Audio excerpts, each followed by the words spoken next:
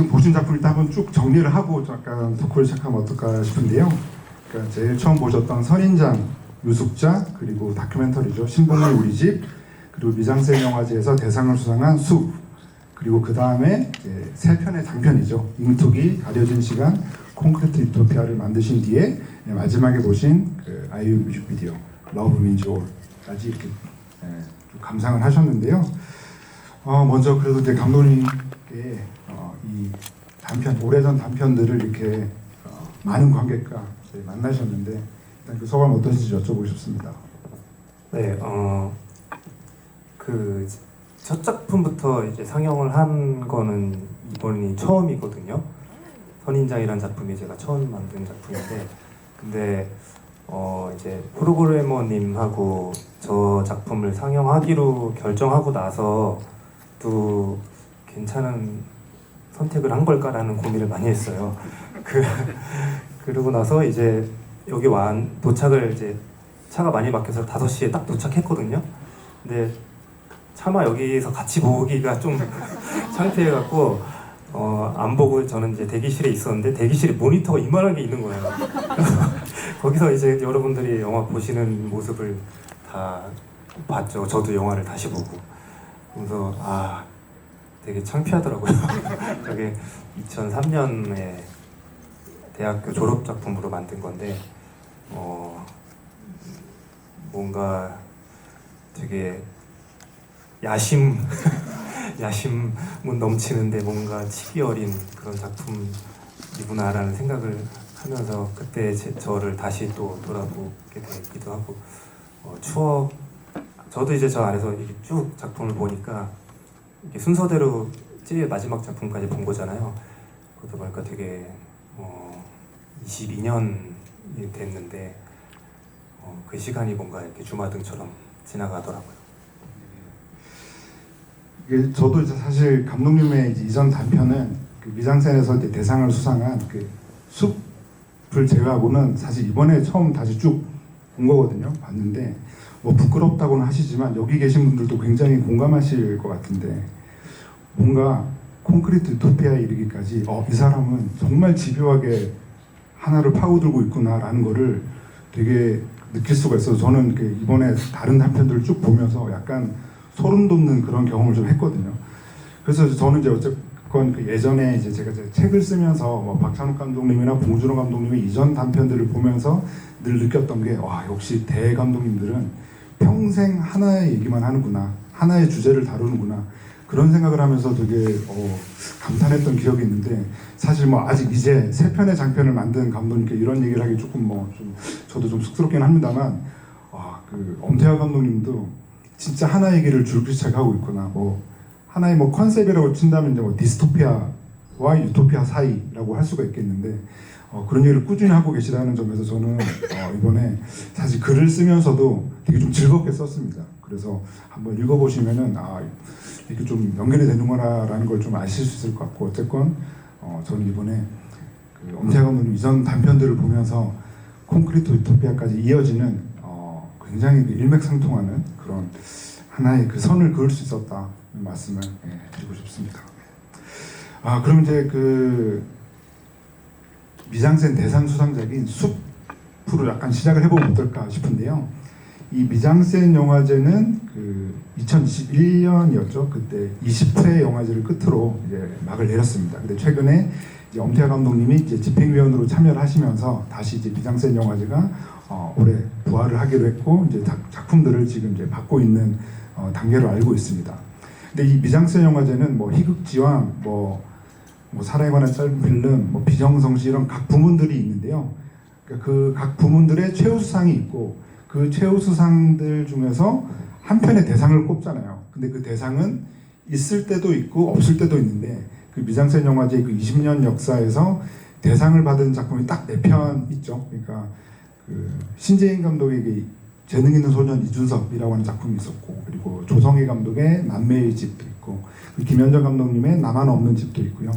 이제 세 번째로 받았던 작품이 바로 보셨던 그 엄태화 감독님의 숲인데요. 숲은 그때도 사실 영화제에서 제가 보고 이건 정말 대단한 걸작이다라는 생각이 들었고 역시나 그 대상으로 이제 수상되는 그런 결과를 얻었었는데, 근데 이 숲은 뭐 여러 가지 얘기를 할 수가 있겠지만 뭔가 이 단편을 만들던 시절에 엄태화 감독님의 그 얘기가 딱 한 대사로 압축이 되는 것 같아요. 예. 약간 짐작을 하신 것 같은데 이 바닥 일이 다 한 방이다. 영화제 가서 사고 좀 치고 그 나만의 어떤 그 제대로 된 시나리오 있으면 끝이다라고 하는 그 대사가 나오는데 그게 어떻게 보면 오늘 보신 작품들을 정말 그 전체적으로 아우르는 그 당시 그 장편 데뷔 이전에 엄태화라고 하는 사람의 모든 것들이 좀 담겨 있지 않을까 싶은데 그 대사에 대해서 좀 여쭤보고 싶습니다. 네, 실제로 제가 그때 하던 생각이었고요. 근데 그 영화제에서 사고 치는 게 되게 힘들었어요. 그러니까 미장센 영화제라는 곳에 한번 가고 싶어서 이제 처음 보셨던 선인장부터 미장센 영화제 계속 출품을 했었고 그 뒤에 이제 뭐 저 신봉리도 출품했었고 유숙자도 출품했었고 그 사이에 또뭐 이제 저만 혼자 보는 영화들이 한 3편 정도 더 있어요.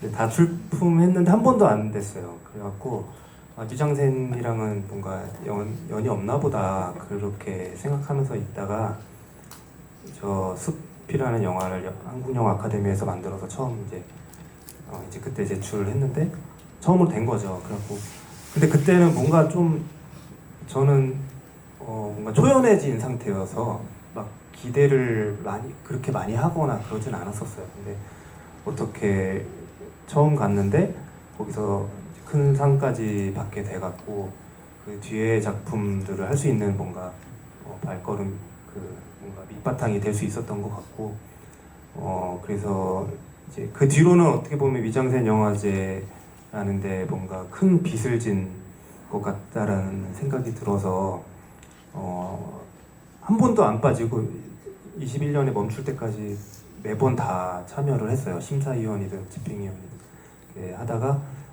이제 코로나 때 그렇게 멈추고 이번에 다시 저희 감독님들 7명이 모여갖고 다시 이게 만들게 돼서 저희도 되게 기쁘고 그렇습니다. 사실 영화제에서 사고를 치고 싶어도 영화제에 그 초청이 돼야 이제 사고를 칠 수 있는 거 아니에요. 근데 이제 선인장이라는 작품은 말씀하신 것처럼 미장센에서 안 되셨고, 근데 이제 그 유숙자 이 작품은 이제 서울 독립영화제 경쟁 단편 경쟁에 이제 초청이 되면서 처음으로 어떻게 보면은 그 내 작품이 관객과 만나는 최초의 경험을 하셨던 거잖아요. 그때 느낌이 좀 어떠셨는지 좀 궁금합니다. 그때 저는 그 많은 영화 하는 이제 영화 학도들의 생각이 그때 비슷했는데 지금도 뭐 그럴 수도 있겠지만 미장센 영화제가 정말 가지고 있는 상징적인 그런 게 있었어요. 그래갖고 미장센 영화제에 안 되는 게 좀 왜 안 되지? 뭐 그런 생각. 뭐 근데 좀 뭔가 되게 어떻게 보면 좀 자만했던 것 같아요. 그 시간 동안 자만했던 것 같고, 근데 많이 겸손해진 상태에서 이제 유숙자가 서독제에서 틀게 됐을 때 되게 기뻤고 그때 같이 상영했던 작품이 제가 윤가은 감독님 작품이랑 같이 했었던 것 같기도 하고 그런 기억이 나고 압구정 CGV에서 관객분들하고 같이 봤던 기억이 나네요. 네, 그러면 이제 어쨌건 그 엄태화 감독님 유니버스, 엄태화 유니버스의 시작이라고 할 수 있는 그 선인장 같은 경우는 지금 보면 역시 되게 흥미로운 게 그 당시 이렇게 잘 만들지 않던 뭐랄까 그 SF 작품이기도 하고 그리고 정말 대놓고 이제 디스토피아를 보여주고 있잖아요. 그리고 또 하나 되게 인상적인 건 뭔가 이제 이 당시에 그 챕터를 붙이는 게 또 유행이었어요. 약간 트렌드였던 것 같아요. 그래서 뭐 5장까지 있고 그리고 5장의 그 제목은 심판의 날인데 심판의 날은 또 엄태화 감독님이 정말 좋아하는 그 터미네이터 그 2편의 또 부제이기도 하잖아요. 그래서 이 선인장이라고 하는 작품이 어떻게 태어나게 됐을까 정말 궁금하긴 합니다. 대학교 동아리에 만화 동아리가 있었는데 거기 실렸던 만화 중에 이제 저 작품의 원작이 되는 작품이 있었어요. 그거는 이제 조금 더 SF적이고 그 아지트가 이제 뭔가 우주선 같은 그런 이제 만화가 있었는데 그걸 보고 거기서 영감을 받아서 이거를 졸업 작품으로 찍어봐야겠다 그 생각을 해서 작업을 했고 아까 잠깐 말씀드렸지만 뭔가 야심이 엄청 컸어요. 그래갖고 이 작품을 찍으면 나는 모든 영화제를 다 휩쓸 거다 막 이런 생각으로 영화를 찍었던 것 같아요. 그때 주인공 같은 마음까지. 영화를 처음 찍으면서 그런 생각을 그때 왜 했는지 모르겠는데 그런 생각을 하면서 찍었고 뭐 보면은 막 오프닝이랑 그 막 엔딩 크레딧 올라갈 때도 거창하잖아요. 막 이상한 효과들 많이 넣고 막 그랬던 것 같고 뭐 이렇게 딱 주제 의식이라거나 그런 것보다는 그냥 그때 제가 꽂혀있던 게 팀버튼 감독 영화랑 그 지구를 지켜라였어요. 그래서 그런 영화들이 많이 레퍼런스가 됐던 것 같고 그 말씀하신 것처럼 최근에 만들었던 콘크리트 유토피아랑 확실히 연결되는 부분은 있는 것 같아요. 그런 디스토피아적인 그러니까 저도 이거를 막 생각하면서 콘크리트 유토피아를 한 건 아닌데 콘크리트 혼유를 개봉하고 이제 단편들을 한번 다시 묶어서 상영한 시점이 있었는데 그때 이게 뭔가 연결되는 부분들이 있다 신기하다 그런 생각을 저도 그때 한번 했던 것 같고 아무튼 선인장은 네, 이렇게 선인장이란 영화를 가지고 뭔가 이렇게 얘기를 나눠보는 것도 처음이어서 되게 부끄럽고 그렇습니다. 이게 대사 중에 그 엄마가 그러셨다라고 하면서 이제 너는 천재야 뭐 이런 대사도 있는데 약간 그것도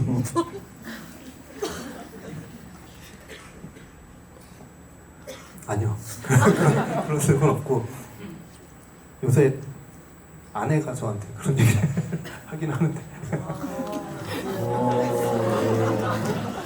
그러면 이제 제 길을 살려주려고 고맙게 생각하고 있습니다. 그리고 이제 그 다음 작품 이제 유숙자 같은 경우는 이제 엄태우구 배우가 드디어 이제 감독 작품에 첫 등장을 했는데 사실은 그 원래 다른 배우가 있었다가 그 다른 배우가 못하게 되면서 이제 약간은 그 뭐랄까 대신 하게 된 걸 알고 있는데 되게 흥미로운 게 이제 이 선인장의 주인공 이름이 또 태구거든요. 그런 점에서 뭔가 이때부터 이 동생의 어떤 뭐 그런 것들을 봤던 건지 아니면 선인장 때 한번 이렇게 연기를 시켜보려고 했던 건지 좀 그런 게 궁금하긴 합니다. 그렇다기보다는 그때 그 소품을 찾다가 상장 소품 찾다가 집에 그게 있어갖고 그걸 붙여놨는데 이제 그러면서 이제 이름이 엄태구가 됐죠 주인공 이름이. 그래서 이제 하게 됐는데 근데 제가 그때 대학교 3학년 때 영화라는 걸 처음 해보고 싶다라는 생각을 했었거든요. 근데 비슷한 시기에 동생도 배우를 해보고 싶다 생각해서 연기학원 다니고 그럴 시기긴 했어요. 근데 저 작품을 같이 하기에는 이제 막 연기를 시작한 상황이어서 뭘 같이 할 수 있는 상황은 아니었던 것 같고 그 유숙자는 말씀하신 대로 그렇게 원래 하기로 했던 이제 배우 형이 있었는데 또 사정이 생겨서 못하게 됐고 이제 마침 그때는 이제 연기를 열심히 동생이 하고 있을 때라 그럼 너 이거 한번 같이 해볼래? 머리도 빡빡이로 깎아야 되는데 괜찮겠어? 그런 걸 다 하셨더라고요. 네. 그래서 해보겠다라고 해갖고 이제 같이 한번 제대로 작업을 이제 하게 된 거죠 처음으로. 그 당시 이제 엄태구 배우가 진짜 그 여러 이른바 그 상업 영화에서 굉장히 활동을 많이 하면서 여기저기 진짜 많이 나오던 오디션도 열심히 보시고 그러던 때였거든요. 그러니까 어쨌건 그래도 그 유숙자라고 하는 작품에 좀 출연시킨 데에는 그래도 형으로서 볼 때 그 동생의 재능이 좀 있다고 보셨던 게 분명히 있으신 거죠. 그때는 그렇게 많이 나올 때는 아니었어요. 그 단역들 오디션 열심히 보고 그럴 때였었던 것 같고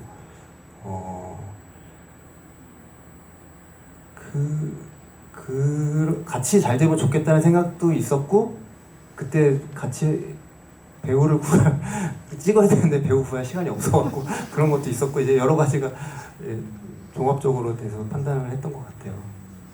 그렇죠. 저는 이게 유숙자라고 하는 제목도 되게 흥미로운 것 같아요. 그러니까 유숙자라고 하는 단어가 원래 있는 게 아니라 이제 일본에서 쓰는 그 무숙자라고 하는 단어를 이제 무를 유로 바꾼 거기도 하고 그게 어떻게 보면은 그 콘크리트 유토피아의 그 영탁 같은 그런 캐릭터이기도 해서 이 유숙자라고 하는 이 어떤 굉장히 흥미로운 제목을 어떻게 지으셨는지도 일단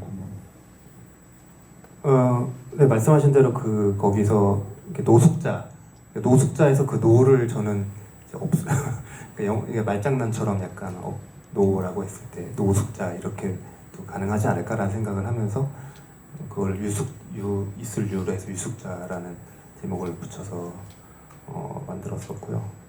무숙자라는 영화도 있지 않나요?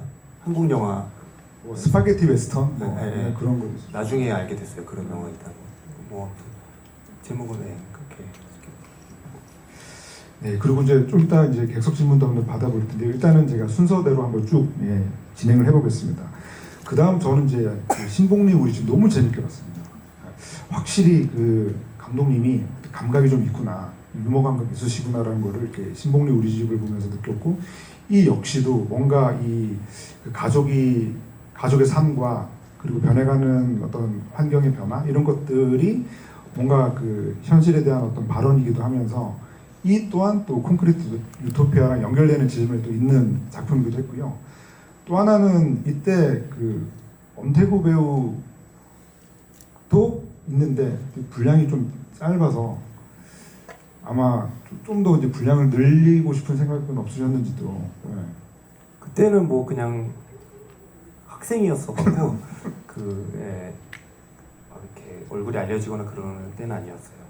그리고 군대 갔을 때였어요, 동생이.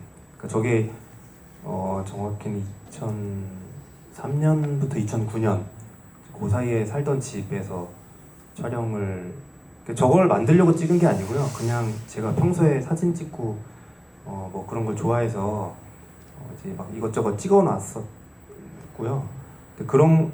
그때 찍었던 저 캠코더가 저 신봉리 우리 집을 찍었던 캠코더가 숲에 나옵니다. 그 똑같은 소니 TRV 900이라는. 아무튼 이거는 그렇게 찍어놨었는데 그거를 묻게 된 처음 계기는 동생이 학교에서 뭐 과제를 하나 내야 됐는데 뭐 만들어 놓은 거 없냐고 그래갖고 제가 그런 건 없고 그냥 이거나 그냥 붙여서 내봐, 내가 대충 붙여볼게 그래갖고 대충 이렇게 정말 있는 거 자료를 좀 모아서 이렇게 붙여서 줬어요. 근데 그게 반응이 너무 좋았다라는 거예요. 그 뒤에 부분이 없었어요. 그때는 뒷부분이 없었고 그냥 앞에만 좀 짧은, 뭔가 요즘으로 말하면 약간 거의 쇼츠보다 조금 긴 그런 정도였는데, 그래서 그런 얘기를 들었다고 하니까 이게 재밌나 보네? 이 생각이 들어서 그 뒷부분에 이제 것들은, 그러니까 그때가 어느 시점인지 정확히 기억은 안 나는데 조금 더 이걸 나중에 하나의 작품으로 만들어 봐야겠다는 생각으로 계속 기록을 남기기 시작했고요. 이사 갈 때까지 그렇게 해서 완성을 하게 됐죠. 그러니까 이 작품은 그 신봉리 우리 집이라고 하는 그 작품을 구상을 해서 이렇게 각을 잡고 만든 작품이 아니라 평소에 가지고 계신 캠코더로 이런 거 저런 거 이제 기록을 하다가 그것들을 이제 모은 작품이라고 보는 게 맞는 거네요. 네네. 뭐 핸드폰으로 찍어놨던 사진들이라던가 네. 그러고 난 다음에 그걸 나중에 이제 합칠 때는 이제 내레이션이나 이런 것들도 직접 또 쓰신 거고. 네. 그럼 평소에 좀 이제 캠코더 같은 경우는 이제 아이유의 뮤직비디오에도 이제 등장을 하는데 뭔가 좀 평소에 좀 캠코더로 이것저것 많이 좀 촬영하시나 봐요. 그냥. 네, 옛날부터 그 영상을 찍는다는 개념보다 저는 그냥 기록을 남기는 것을 좋아했던 것 같아요. 그러니까 지나가는 시간들을 붙잡아 놓고 싶은 생각이 되게 강한 것 같고 지금도 그렇고 지금은 뭐 스마트폰으로 다 찍지만 그때는 이제 영상이라는 거를 막 남겨놓고 싶었어요. 계속 찍고 뭐 뭔가 그게 이제 어떻게 보면은 영화라는 작업도 그냥 어떻게 보면 제가 가지고 있던 생각들이나 혹은 뭐 더 들어가면 무의식에 있는 것들까지도 끄집어내는 작업이잖아요. 그것도 한편으로는 시간을 잡아놓는 그때 시간을 잡아놓는 것 같은 일기 같은 느낌을 주거든요. 그래서 아까 저 안에서 이 작품들을 쭉 볼 때 뭔가 그간의 제 모습을 다시 보는 것 같아서 감회가 새로웠던 것도 있는 것 같습니다. 이게 이제 좀 연장선에 있는 질문인데, 그러니까 그 한 감독이나 그뭐 예술가가 결국에는 되게 계속 같은 이야기를 뭐 매 작품 변주하고 있다라는 느낌도 들고, 이 관심사라고 하는 게 정말 계속 가는구나라는 생각이 드는 게, 결국 이 다큐멘터리 자체도 다른 방향으로 뻗어갈 수 있는데 결국에는 이제 그 신봉리가 신봉동으로 바뀌어가면서 뭐 개발의 풍경 이런 것들을 담아내는 걸 보고 있으면은, 이걸 지금 다시 또 보시면 아 내가 그 당시에 왜 저런 데 좀 관심이 생기기 시작했을까, 이런 생각들을 새삼 또 하시게 될 것 같아요. 그런 것 같아요. 그러니까 시간을 붙잡아 놓고 싶었던 것도 있고 나의 공간도 없어지는 것을 보면서 되게 마음이 아팠었거든요. 그러니까 내가 살던 공간이 없어진다라는 게 되게 처음으로 경험하는 거였고, 그러니까 뭐 이사는 많이 다녔지만 이렇게 눈앞에서 내가 살던 게 저렇게 없어지는 걸 보는 것도 처음 경험하던 거였고, 그러니까 뭔가 이렇게 지나가는 것들을 붙잡아 놓는 강박 같은 게 있는 것 같아요. 그런데 숲으로 이제 넘어가면요, 아 숲은 오늘 아마 처음 보신 분들은 이 숲을 이렇게 큰 화면으로 보신 게 굉장히 행운이시다라는 생각이 들 정도로, 저도 처음에 이제 미장센 영화제에서 보고 아 이건 딱 보자마자 대상일 것 같다라는 생각을 했을 정도로 굉장히 인상적으로 봤던 작품인데요. 그럼 이제 드디어 이제 숲으로 이제 미장센에서 아까 계속 여러 번 말씀하셨던 미장센 영화제에서 그야말로 이제 최고상을 타셨던 그 느낌 어떠셨을까? 왜냐하면 그 상을 타던 순간에는 왠지 그 엄태구 배우도 함께 있었을 것 같은데 어떠셨는지 궁금합니다. 네, 최우수 작품상은 받을 것 같았던 게 연락이 왔어요. 그래서 꼭 시상식에 참여를 해라. 그래갖고 그때 심사위원 중에 한예리 배우가 있었는데, 한예리 배우를 그때 뭐 개인적으로 아는 사이여서 연락이 와서 감독님 꼭 오세요. 뭐 좋은 일 있을 거예요. 그래갖고 이제 갔죠. 그리고 이제 태구랑 나란히 앉아 있었어요. 근데 최우수상 받은 것도 너무 이제 기뻤고, 근데 대상은 이제 생각도 못했죠, 사실은. 대상을 대상을 딱 호명하는 순간에 동생이 제 허벅지를 팍 쳤던 기억이 나요. 아 기뻐서? 네, 그러니까 저희는 막 이렇게 서로 얘기를 많이 하고 그런 사이는 아니어갖고 뭐 축하해 뭐 이런 얘기는 없었고요. 그냥 제 허벅지를 세게 쳤던 기억이 나요. 그래서 뭔가 기쁘다라는 느낌을 막 느끼진 못했어요. 그러니까 그때 제 상태는 엄청 안 좋은 일이 있어도 약간 이렇고, 또 엄청 좋은 일이 있어도 약간 이런 좀 상태였거든요. 그래서 그 일이 저한테 엄청 기쁘고 큰 일이라는 것을 꽤 나중에 인지했던 것 같아요. 아니면 너무 큰 일이 생겨서 약간 제가 뭐 받아들이는데 시간이 걸렸을 수도 있을 것 같고. 이게 선인장이 이제 홍익 때 이제 졸업 작품이셨고, 그리고 그 다음에 만든 유숙자라고 하는 작품이 어떻게 보면 포트폴리오가 되어서 그 영화 아카데미에 입학할 때 포트폴리오가 된 작품이라고 한다면은, 이제 이 숲이라는 작품은 드디어 이제 한국 영화 아카데미에서 이제 만든 작품이시잖아요. 그럼 어쨌건 그 당시에 이제 미장센 영화제 계속 떨어지고 뭐가 잘 안 되고 그런 가운데에서도 계속 감독의 꿈을 꾸셨으니까 영화 아카데미에 가시게 된 것이겠죠. 네,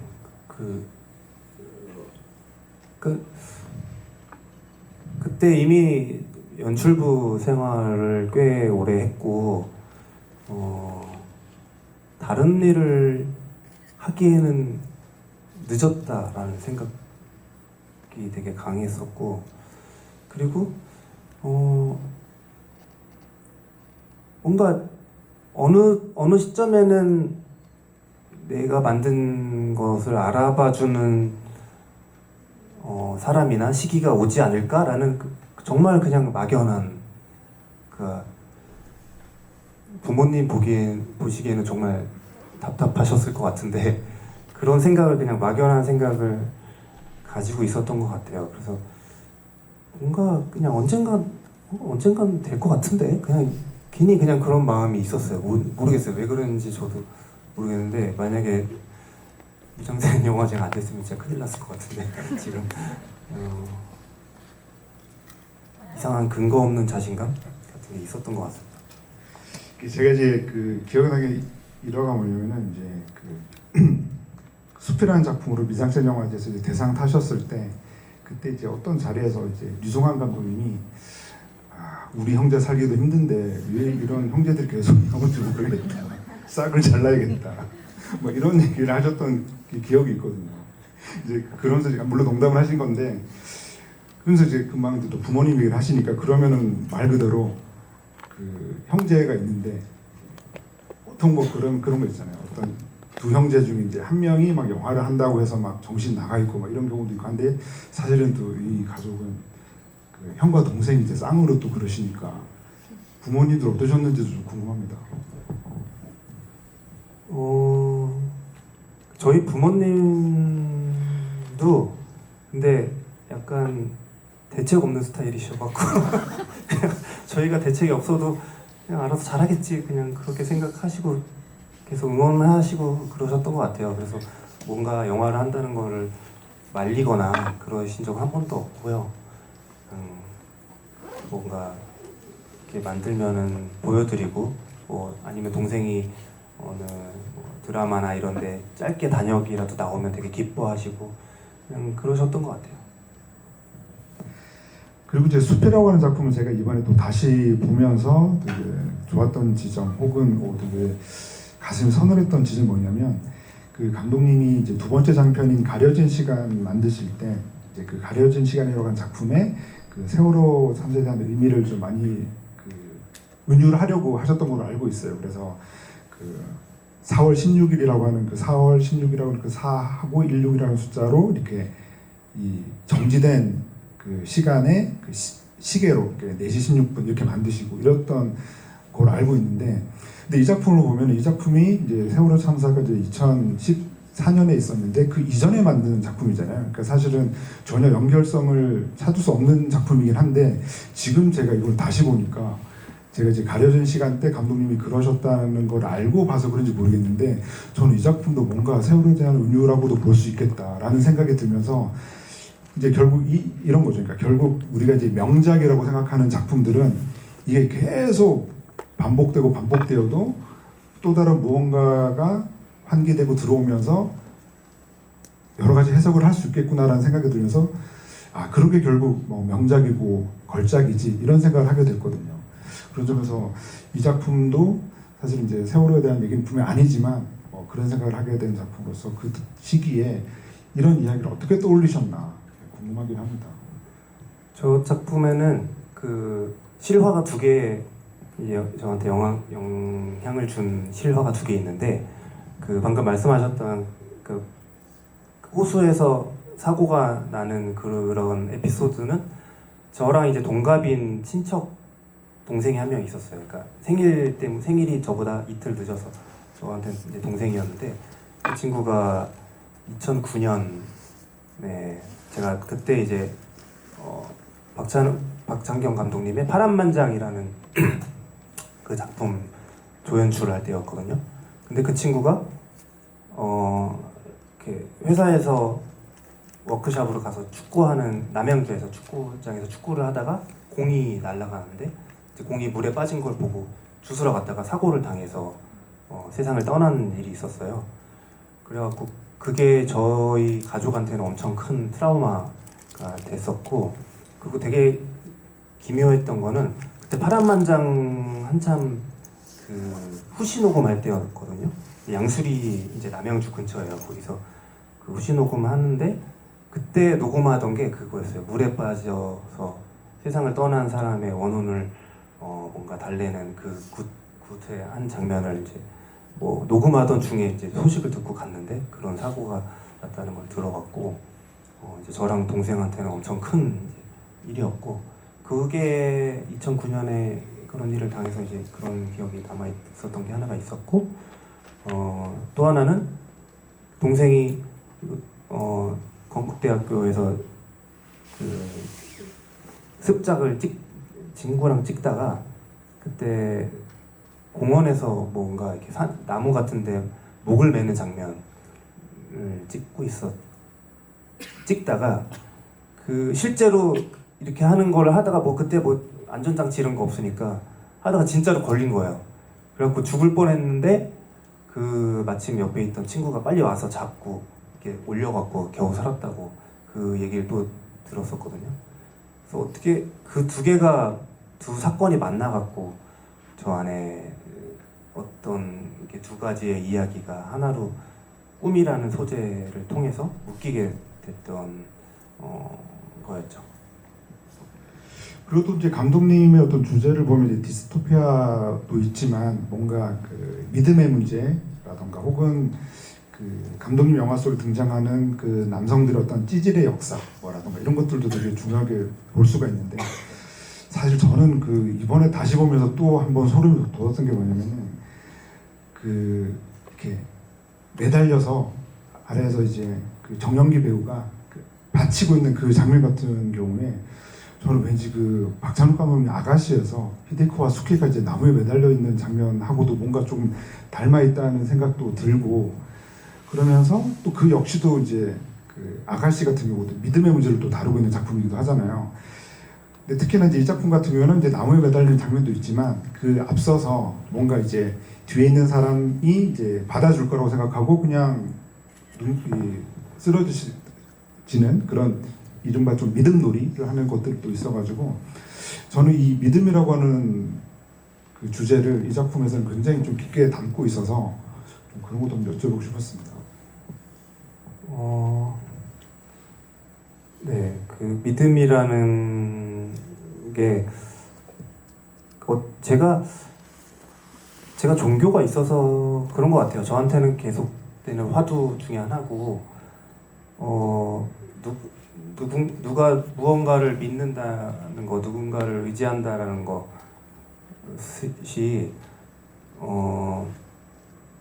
그 제가 의지하는 그 존재가 실제로 있느냐 없느냐 보다 그것도 중요하지만, 그것을 믿고 뭔가 제가 어떤 시기를 견디고 의지하고 이렇게 되는 것도 중요한 부분 중에 하나가 아닌가, 뭔가 그런 생각들을 평소에도 많이 하거든요.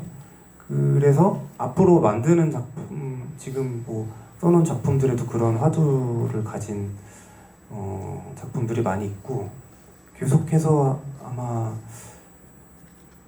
가져가지 않을까 그런 생각이 들어요.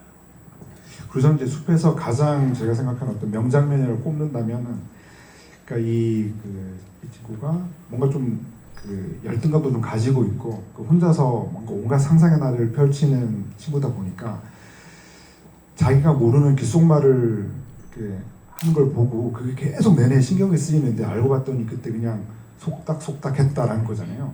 전 이 장면도 어떻게 떠올리셨나 좀 궁금했습니다. 그거는 혹시 아시는 분도 계실 수도 있는데, 그거를 시나리오상에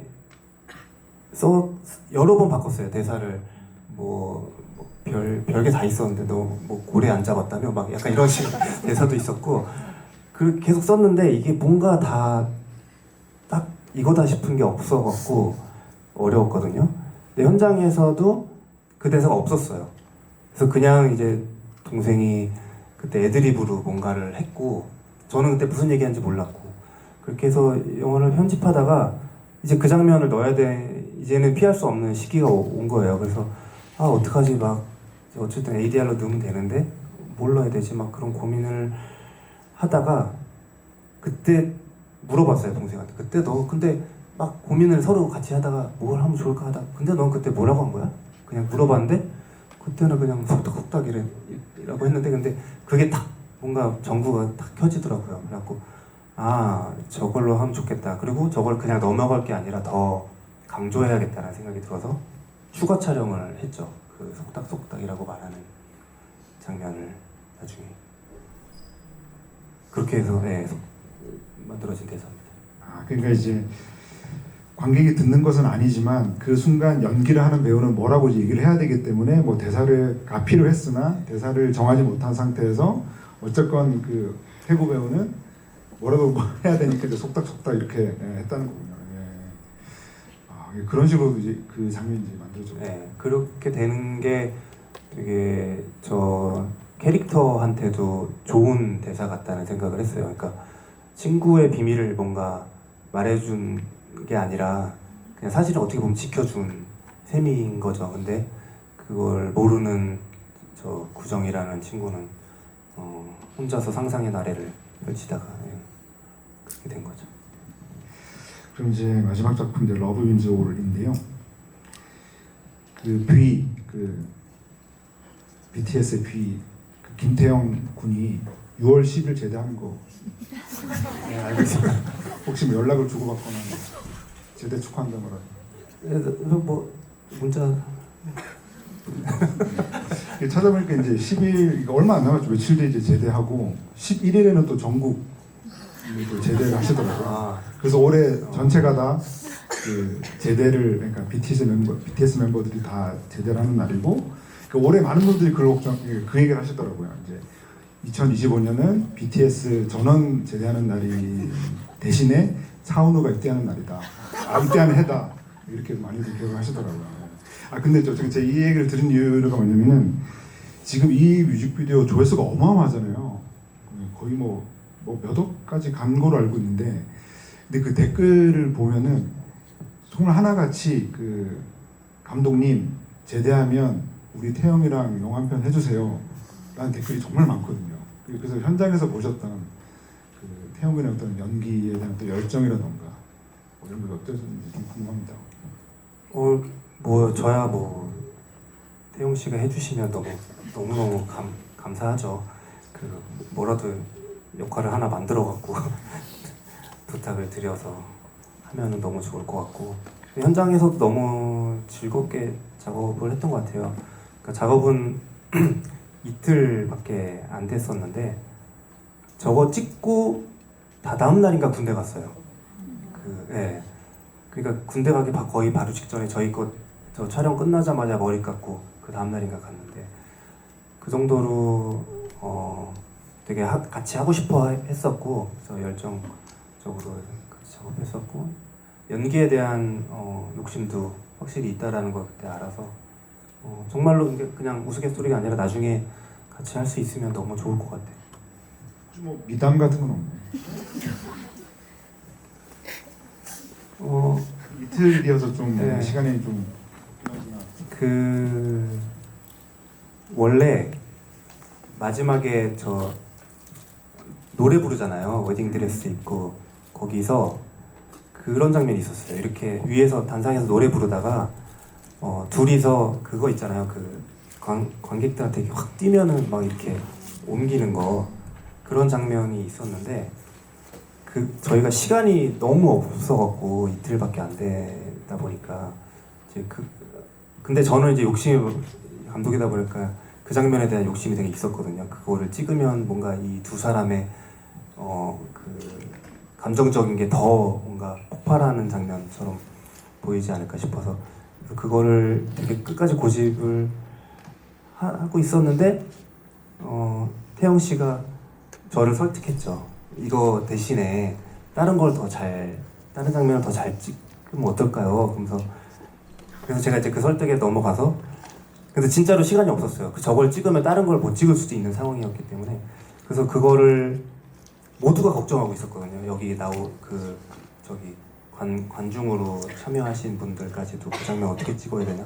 근데 태용 씨가 그 장면을 저를 설득해서 딱 없애고 그 관중들한테 여러분 제가 이 장면을 오미시켰습니다. 그러니까 다들 와 하면서 너무 좋아했던 그 기억이 나요. 아 근데 아이유 씨도 이제 궁금한데요. 그러니까 아이유 씨 같은 경우는 이제 이 작품 나오고 했을 때 직접 이제 이 손글씨로 썼나 아마 그 기억이 나는데 이제 요즘 모두가 이제 혐오의 시대라고 얘기를 하는데 이 혐오의 시대에 사랑하기를 멈추지 않는 사람들의 이야기를 하고 싶었다라는 식으로 정말 이 작품에 굉장히 애정이 크다는 게 느껴졌었거든요. 그래서 이런 이야기를 함께 만드셨다는 생각이 들어요. 그런 점에서 어떤 식으로 좀 소통하고 이야기를 만드셨는지 궁금합니다. 그 처음에 저한테 제안을 주실 때 남자와 여자가 나오는 두 사람이 나오는데 무언가로부터 쫓기는 이야기였으면 좋겠다.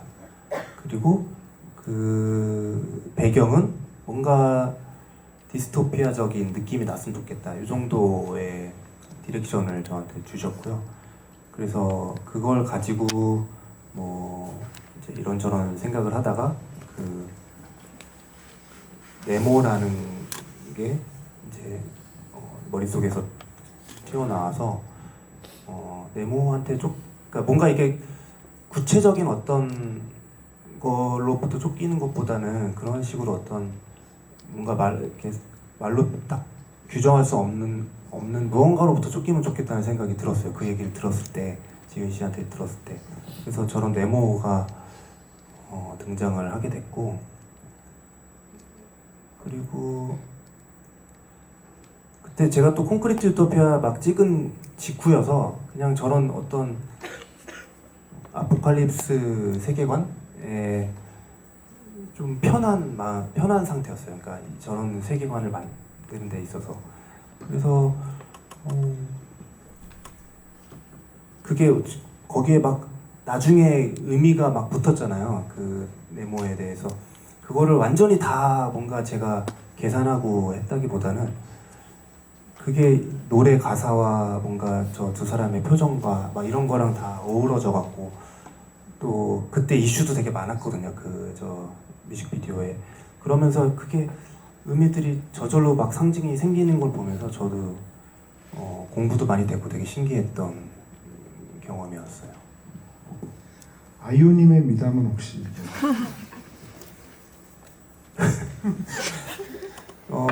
정말 똑똑한 사람이고요. 정말 똑똑하고 카리스마 넘치고 연기도 너무 잘하고 저 작품 러브인조를 찍을 때 얼굴이 너무 좋은 거예요. 그러니까 제가 2018년에 아이유 콘서트 10주년 때 영상 VCR을 맡아서 한번 그때도 작업을 했었거든요. 근데 그때도 좋았지만 이번에는 정말 뭔가 얼굴이 대배우가 된 것 같은 느낌. 그냥 얼굴만 봐도 눈만 봐도 뭔가 눈물이 날 것 같은 얼굴이 돼서 와서 되게 놀랐었는데 나중에 제가 그러고 나서 이제 그때 폭삭 수다를 막 끝내고 이제 저희 뮤직비디오 촬영을 했을 때여서 라는 것만 알고 있었죠. 그리고 나서 최근에 이제 복삭을 제가 봤는데 드라마를 보고 나니까 저 얼굴이 이미 저 상태로 너무 오랜 시간을 금명이와 예순이로 오랜 시간을 보내고 저희 뮤직비디오를 찍으러 와서 뭔가 말로 표현할 수 없는 얼굴만 봐도 눈물이 날 것 같은 얼굴을 저렇게 잘 표현할 수 있었구나 나중에 최근에 알아 촬영 순서가 그렇게 돼요. 네, 최근에 알게 됐어요. 네. 아무튼 아이유님께서는 SNS에서도 그렇고 이 작품에 대한 이 뮤직비디오에 대한 애정이 굉장히 크시더라고요. 그 담고 있는 주제라던가 그 스타일 그리고 감독님에 대한 신뢰 이런 것들을 그 SNS에 여러 번 이제 밝히심을 보고 이 작품에 대한 만족도가 크시구나 뭐 이런 생각을 했던. 미담이 있어요. 명절 때마다 한우를 보내주는데 진짜 맛있어요. 그래서 저희 진짜 잘 먹고 있습니다. 진짜 훈훈합니다. 네, 그럼 이렇게 그 감독님이 오늘 이렇게 그 보셨던 작품에 대해서 그냥 뭐 간략하게나마 쭉 한번 훑어보는 시간을 가졌는데요. 그럼 이쯤부터 이제 객석 질문을 받아보면 어떨까 싶습니다. 예, 손 들어주시면요, 그 마이크 전달드리도록 하겠습니다. 예, 여기 제일 앞에 계십니다. 네, 감독님 저 진짜 단편들 좋아하는데 너무 잘 봤고요. 그 감독님 작품들 보면은 집이라는 공간이 매번 다르게 그려지는 게 느껴지거든요.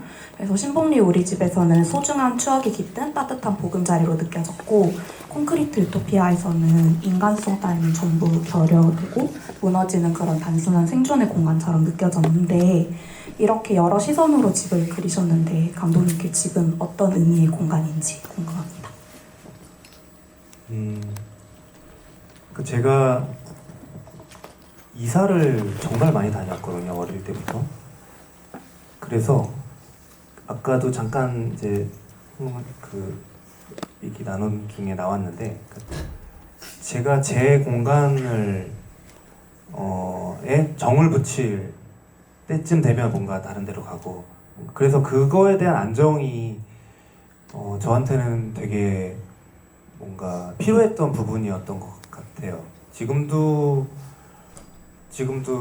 뭔가 그런 공간이 있었으면 좋겠다는 생각을 여전히 하고 있고, 그래서 집이라는 그러니까 집이라는 게 과연 뭘까에 대한 생각을 더 많이 자연스럽게 하게 된 것 같아요. 그러니까 뭐 예를 들면 콘크리트 유토피아 같은 경우는 그래서 집이라는 게 뭐지?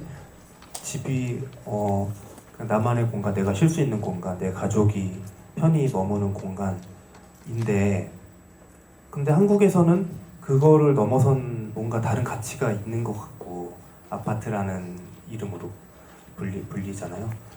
그래서 그거에 대한 질문으로 자연스럽게 넘어갔던 것 같고요. 예, 저한테 집이라는 게 그런 식으로 계속 어떤 화두로, 아까 믿음이라는 화두가 있었던 것처럼 집이라는 것도 하나의 화두인 것 같습니다. 네, 또 다음 질문 받겠습니다. 여기 세 번째 안경 쓰신 분. 네, 감독님 그 방금 아이유님 뮤직비디오 되게 감명 깊게 봤는데요. 그 이제 쫓아오는 존재를 네모 존재로 하셨잖아요. 근데 그거를 이제 분명히 촬영을 할 때는 뭔가가 없었을 거고 이제 마지막에 생각을 하셨을 것 같은데, 그거를 이제 왜 가시적인 존재로 좀 설정을 하셨는지, 그러니까 약간 연기나 이런 걸로 좀 할 수 있는데 좀 보이는 걸로 설정을 하셨는지랑, 그다음에 굳이 네모라는 각져 있는 존재로 선택을 한 이유가 있으신지 여쭤보고 싶습니다. 그게 딱 네모여야 되는 이유는 없었어요. 근데 실제로 촬영할 때는 그 작은 뮤직비디오에서 나오는 네모보다는 조금 작은 사이즈의 네모를 저희 스태프들이 들고 이제 촬영을 했고, 그 네모라는 게 주는 어떤 무의식을 건드리는, 그러니까 뭔가 느낌적인 느낌이 동그라미나 뭔가 다른 물체보다는 각져 있는 게 좋았고, 그리고 어떻게 보면은 약간 미디어 같기도 하잖아요. 그 네모라는 게 뭔가 저희가 보는 프레임도 다 네모고, 거기서 다 뭔가 저희는 흡수를 하고, 그래서 그게 막 어떤 의미를 담아서 네모로 하고 싶다라고 한 건 아니었는데, 그런 식으로 제 무의식이 뭔가 네모에 더 끌려서 이렇게 작동을 했던 것 같아요. 예, 또 다음 질문 받겠습니다. 이 검은 옷 입으신 분. 저는 러브인줄 무비를 다 너무 좋아하는 감독님이랑 좋아하는 배우분들께서 또 이제 같이 하셔가지고 프로모션 돌릴 때부터 너무 기대하고 봤었는데 이제 뮤비가 나오고 되게 다양한 해석들이 나왔잖아요. 또 뮤비를 이제 아포칼립스 그 자체로 해석하신 분도 계셨고 저는 이제 그 뮤비를 그 약간 사회랑 겹쳐서 한번 해석해봤었거든요. 그래서 이제 뮤비 제작을 기획하시면서 소품 배치라던가 그런 콘티를 짜실 때 어떤 장면마다 어떤 의도로 제작을 하셨는지가 되게 궁금했거든요. 그래서 이제 장면이라던가 전체적인 흐름에서 어떤 거를 의도하고 좀 제작하셨는지 궁금해요.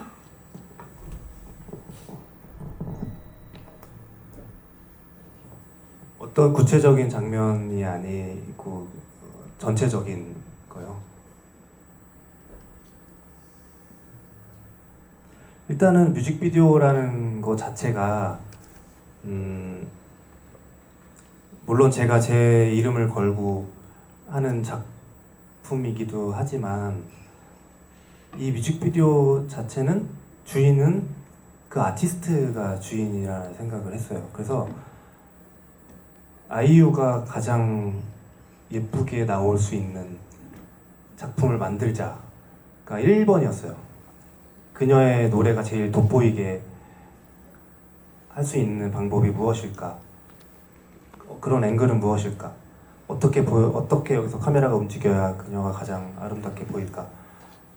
그게 1번이었어요. 그러니까 어떤 이게 사회적인 의미나 이런 거를 많이 염두하고 했다기보다는 어떻게 보면 심플하게 그게 제일 중요했고 저는 그 역할을 위해서 이 프로젝트에 투입이 된 거였었고요.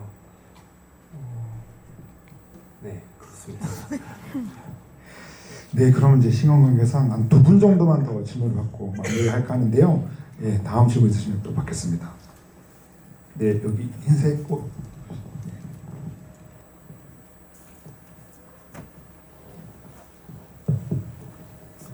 네, 저는 가려진 시간 보고 팬이 돼가지고 단편 영화 보러 왔는데 아까 그 영화가 잘 될 것 같다는 근자감에 대해 얘기하셨잖아요. 근데 제가 오늘 이 단편들 보니까 그 근거가 뭔가 감독님이 지금까지 연출하신 영화들이지 않았나?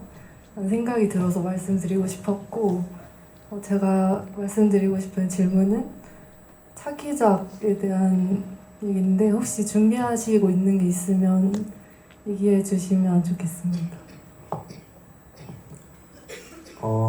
원래 준비하던 작품이 있었는데 그 부동산 호러 같은 작품이에요. 그러니까 콘크리트 유토피아랑 어떻게 보면은 맞닿아 있는데 그게 거시적인 얘기였다고 치면은 여러 사람이 나오는 거시적인 얘기였다고 치면 좀 더 한 인물에 포커스를 두고 이 부동산을 바라보는 어떤 그런 이야기를 준비했는데 그게 내년 말에 들어가게 됐어요.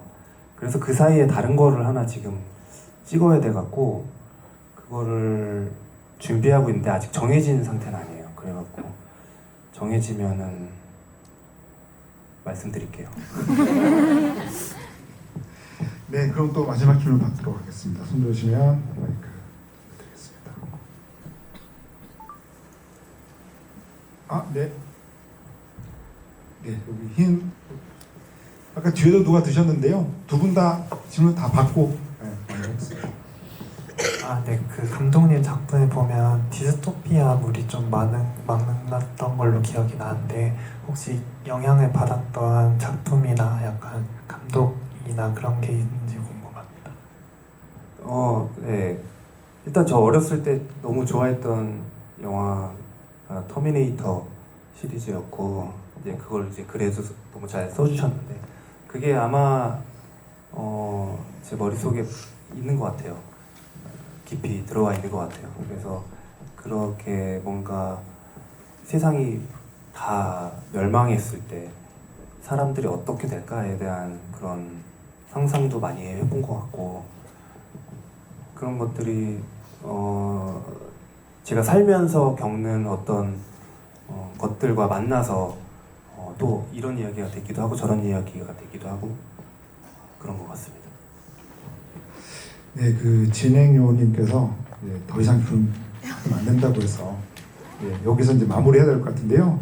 감독님 이번에 그 무주에 되게 좀 길게 휴가처럼 오셨다고 들었어요. 그래서 길게 휴가처럼 온 영화제에서 자신의 어떤 과거와 마주하는 그런 경험도 하셨고, 그리고 내일 또 그 등남운동장에서 야외 토크도 진행을 하거든요. 그래서 오늘은 보셨던 단편들 위주로 얘기를 했지만 내일은 뭔가 장편을 포함해서 되게 여러 이야기들도 나눌 수 있을 테니까 내일도 함께 해주시면 감사할 것 같고요.